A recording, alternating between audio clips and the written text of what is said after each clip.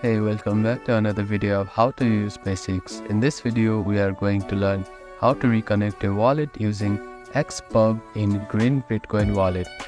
To reconnect a wallet in xPub in Green Bitcoin Wallet application, you will need the extended public key from your original wallet. The extended public key allows you to restore and monitor your wallet address and transaction, though it does not grant spending access since it doesn't include private keys. First, launch the Green Bitcoin Wallet application on your device and unlock your wallet using your PIN or biometric.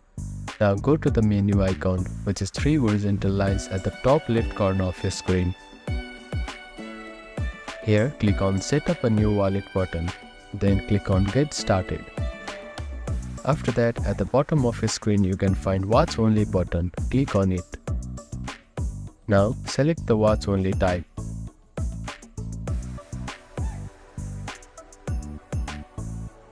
Now enter your wallet extended public key into the provided field here.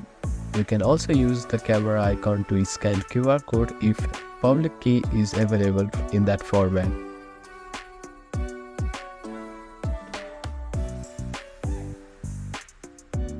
Now click on Import button.